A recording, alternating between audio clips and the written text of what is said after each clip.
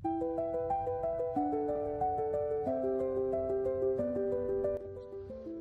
आप रात को बहुत तेज़ खर्राटे मारते हैं?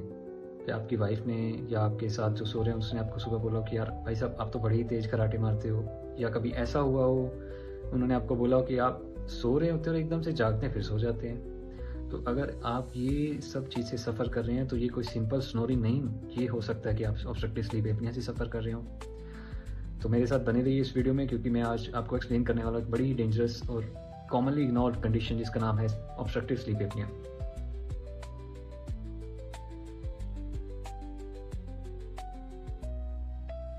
मेरा नाम है डॉक्टर नितिन अरोड़ा, मैं एक ईएनटी सर्जन हूँ। मैं आज आपको एक्सप्लेन करूँगा एक कंडीशन जिसका नाम है ऑब्स्ट्रक्टिव स्लीप एपनिया। तो इसके नाम से ही जैसे हम समझ पा रहे हैं कि स्लीप एपनिया यानी कि रात को सोते समय सांस नहीं आना ऑब्स्ट्रक्शन की वजह से। तो ये क्यों होता है? जब हम सो रहे होते हैं हमारे जो मसल्स हैं, हमारे मसल्स अराउंड हमारे जो फ्लोर ऑफ ये माउथ में या फिर हमारी जो जीभ है, कई बार ये पीछे गिर जाती है और हमारे जो ये एयरवे के अराउंड, ये जो हमारा नेक में एयरवे इसके अराउंड जितने भी मसल्स हैं वे रिलैक्स कर जाते हैं। तो ये रिलैक्स करते हैं और ये बंद होते हैं और हम स्नोर करते हैं इसको खोलने के लिए। तो बहुत थोड़ी बहुत स्नोरिंग होना कॉमन है, लेकिन कईयों में क्या होता है कि ये कंडीशन इतनी सीवियर हो जाती है कि ये बहुत ही बिल्कुल बंद हो जाता है और उनको सोते समय उनका ऑक्सीजन सैचुरेशन लेवल इतना ज़्यादा फॉल कर जाता है कि सडनली उनका ब्रेन उनको अवेक कर देता है और वो जाग जाते हैं।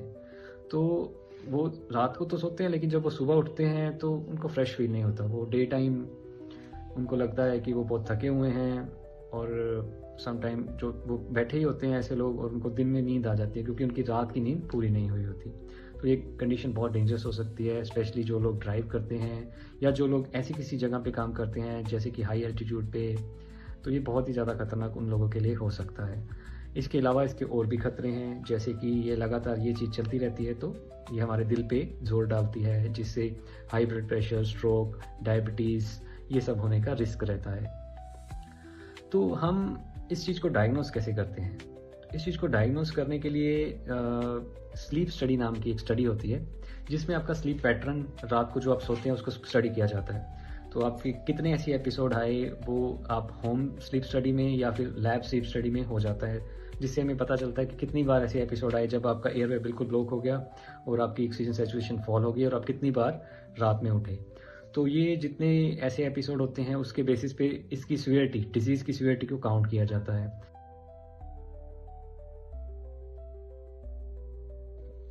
अब इसके होने के कुछ रिस्क फैक्टर्स हैं। फॉर एग्जांपल कुछ ऐसे लोग जिनके ये नेक के अराउंड मास ज़्यादा है यानी कि मोटे हैं, तो इनमें क्या है कि एक एक्स्ट्रा बर्डन है एयरवे पे, तो जब वो सोते हैं वो एक्स्ट्रा भार डालता है तो वो बिल्कुल उसको एयरवे को बंद कर देता है।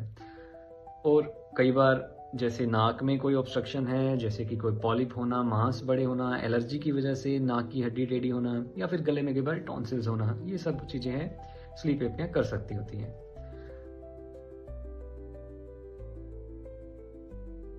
लेकिन अच्छी खबर ये है कि ये ट्रीटेबल कंडीशन है। तो इसकी जो ट्रीटमेंट के लिए सबसे पहले तो ज़रूरी है आपका वज़न कम होना।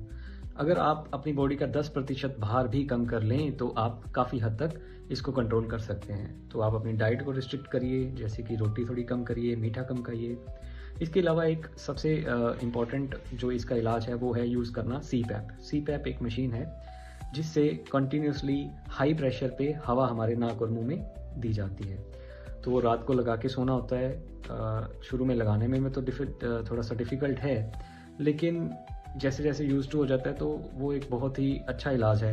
बड़े सारे लोग इसको यूज़ करने के बाद इसका फ़ायदा समझ पाते हैं और बोलते हैं कि यार ये चीज़ भी एग्जिस्ट करती है, हमें किसी ने बताया नहीं। इसके अलावा कई बार सर्जरी की भी ज़रूरत पड़ जाती है। वो डिपेंड करता है कि आपका रीज़न किस वजह से है। तो अगर आप लोग ये सफ़र कर रहे हो तो डेफ़िनेटली आप जो है अपना चेकअप कराएँ, अपना इलाज कराएँ, क्योंकि ये चीज़ बड़ी ही कंडीशन बड़ी ही ज़्यादा सीरियस कंडीशन है, लेकिन इग्नोर यूजुअली की जाती है। Thank you so much. अगर आपको ये वीडियो यूज़फुल लगी तो डेफ़िनेटली आप इसको शेयर ज़रूर करिएगा। Thank you.